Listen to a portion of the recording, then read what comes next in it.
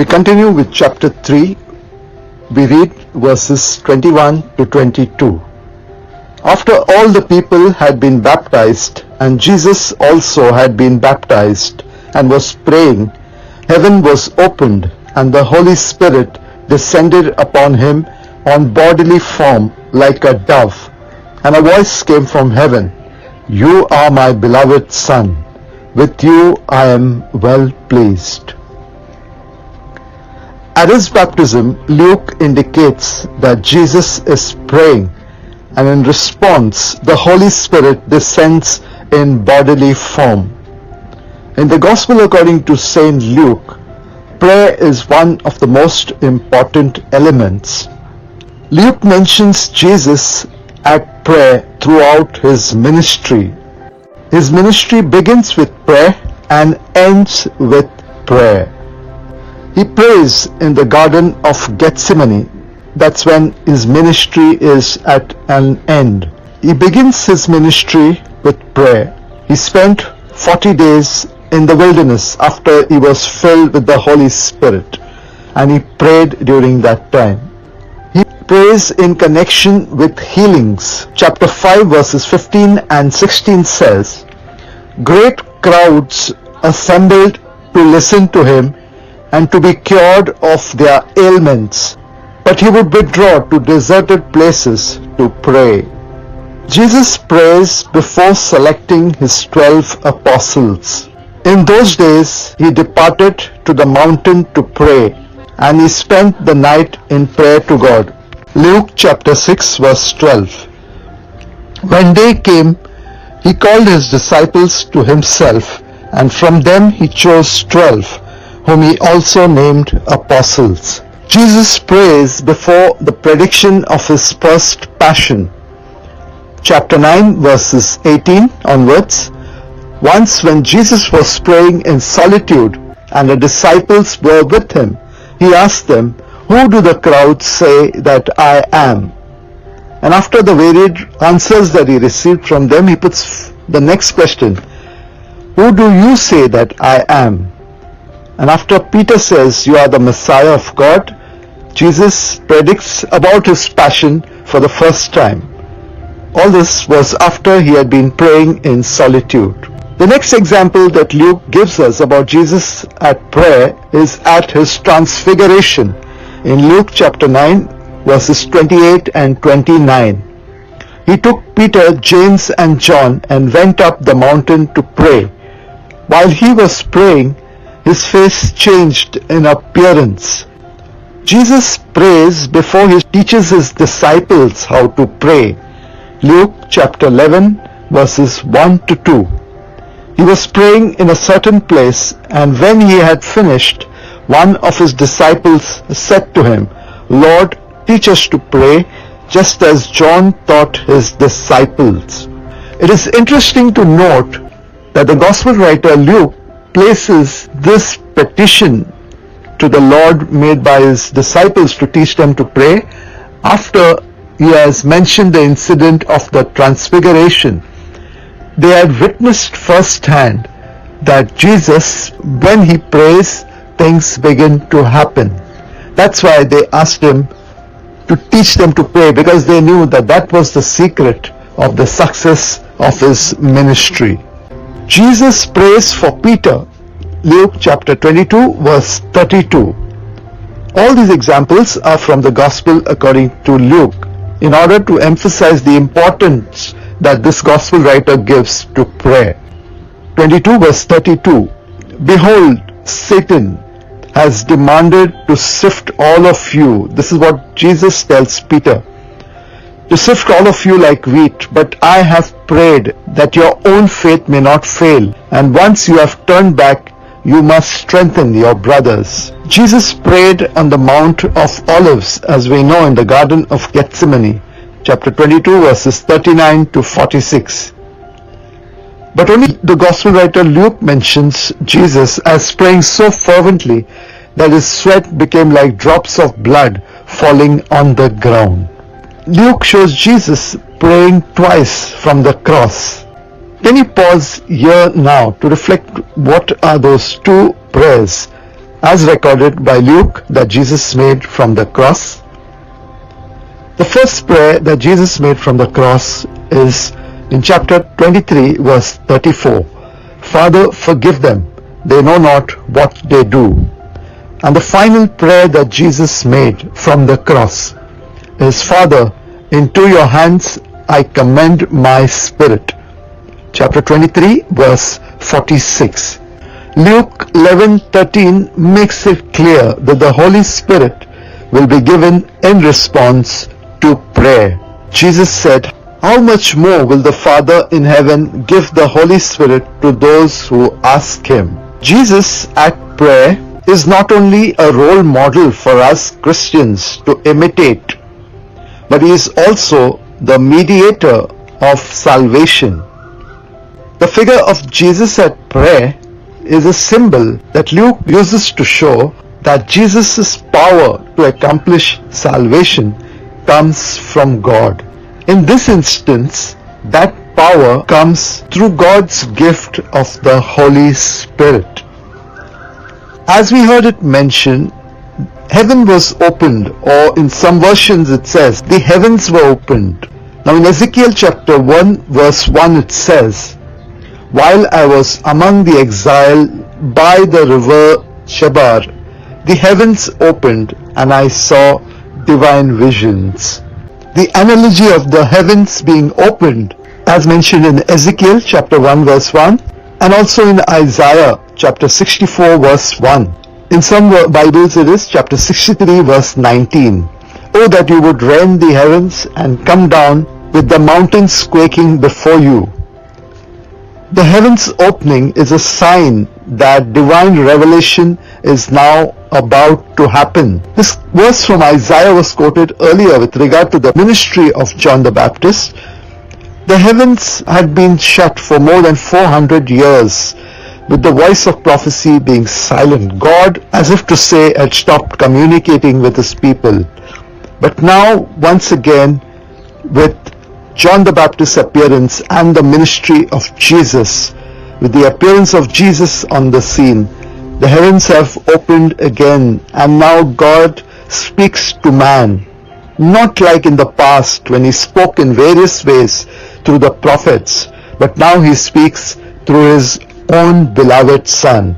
Hebrews chapters 1 verses 1 and 2.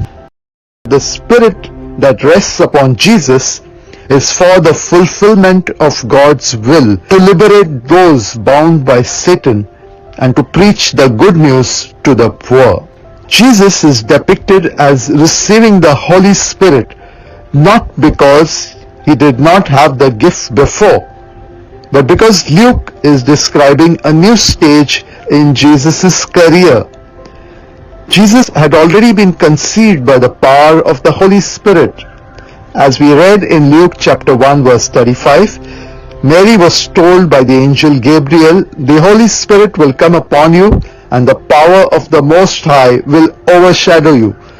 Therefore the child to be born will be called Holy, the Son of God. So Jesus is experiencing the Holy Spirit afresh in his life. We are now at an important phase when he will launch out in the power and anointing of the Holy Spirit. He had spent around 30 years in silence, and now it was time for Jesus to break forth and to proclaim God's salvation to his people.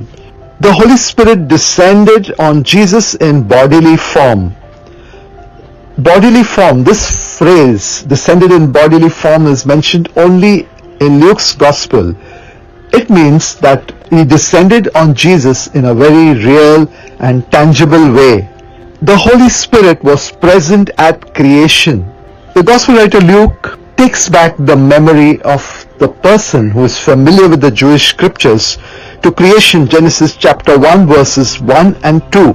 In the beginning, when God created the heavens and the earth was a formless wasteland, and darkness covered the abyss, while a mighty wind swept over the waters. This wind sweeping over the waters is symbolic of the presence of the Holy Spirit at creation. And Luke is saying that now again, the dove hovering over the waters is symbolic of the Holy Spirit once again hovering over the waters of the Jordan at the baptism of Jesus. The other analogy that Luke implicitly refers to is Genesis chapter 8 verse 8, the other incident when Noah, at the time of the flood, then Noah sent out a dove to see if the waters had lessened on the earth. It was the dove that returned with a plucked leaf, a branch of olive. It symbolized that new life had now begun once again after the destruction of the flood. So Jesus being baptized and the dove hovering over him is symbolic of new life beginning once again through him. It's a new creation in Christ Jesus. The dove symbolized gentleness, and in its flight towards the heavens, it symbolized the spiritual aspect of a person's life, the desire of persons for God. The dove symbolized the hopes of men and women for love, for life, and for union with God. These hopes are now realized through Jesus, who in the Spirit breaks down barriers that separate people from life, and who, raised from the dead to be at God's right hand, will likewise send the life of the promised Spirit upon those who call on His name. At the baptism of Jesus, the audition of "You are my beloved Son, with you I am well pleased." This audition is a mixture, a combination of two scripture verses from the Old Testament. It is Psalm 2 verse 7 and Isaiah chapter 42 verse 1. Psalm 2 verse 7, "You are my son." According to Jewish tradition, this verse was always accepted as a description of the messianic king. The other part of the verse is from Isaiah 42 verse 1. "Here is my servant whom I uphold, my chosen one with whom I am pleased." Now this is the opening verse of the first of 4 servant of the Lord oracles or servant songs mentioned in the book Isaiah. The last of these servant songs is Isaiah chapter 53. So Isaiah is drawing the portrait of a servant which culminates or which climaxes in the sufferings mentioned in chapter 53. Christian tradition applies these songs to Jesus. So Isaiah 42:1 shows Jesus as the servant of Yahweh. So Jesus realized at his baptism when he heard these words that not only was he the Messiah, God's anointed king, and not that this involved power and glory, but also it involved suffering and the way of the cross. He knew that he was the Messiah, but also that he was the suffering servant of God. Jesus does not become the Son of God. That is what Luke is saying. According to Luke, Jesus was already Son of God at the time of his conception. What lessons do we draw from these meditations on Scripture? Firstly, the message that if the Son of God needed to pray, how much more do we need to pray? Not only at important moments in our life, that is when we need to pray all the more. Jesus, before choosing his apostles, spent the entire night in prayer. Prayer is a very vital element in our life. With prayer, we add God onto our resources. God and I are a majority. The man or the woman who kneels before God in prayer can stand before anyone. Jesus knew he was the Messiah, but there was also the presence of the cross, glory and suffering. The paradox of the Christian life, the two sides of a coin. But we have the presence of the Holy Spirit who will impart to us, who will share God's glory with us and also give us the ability to suffer. But as again Jesus said, how much more will the Heavenly Father give the Holy Spirit to those who ask of Him? We need to ask in prayer. When Luke mentions this passage, in Luke chapter 11, verses 9 to 13, he speaks of asking, knocking, and seeking. But he does not mention material things. It is as if to say that the greatest gift from God that we can ask for, or we can seek, or we can knock on the door for is the Holy Spirit, the gift par excellence. Let us pray. Heavenly Father, we thank you for your Son Jesus.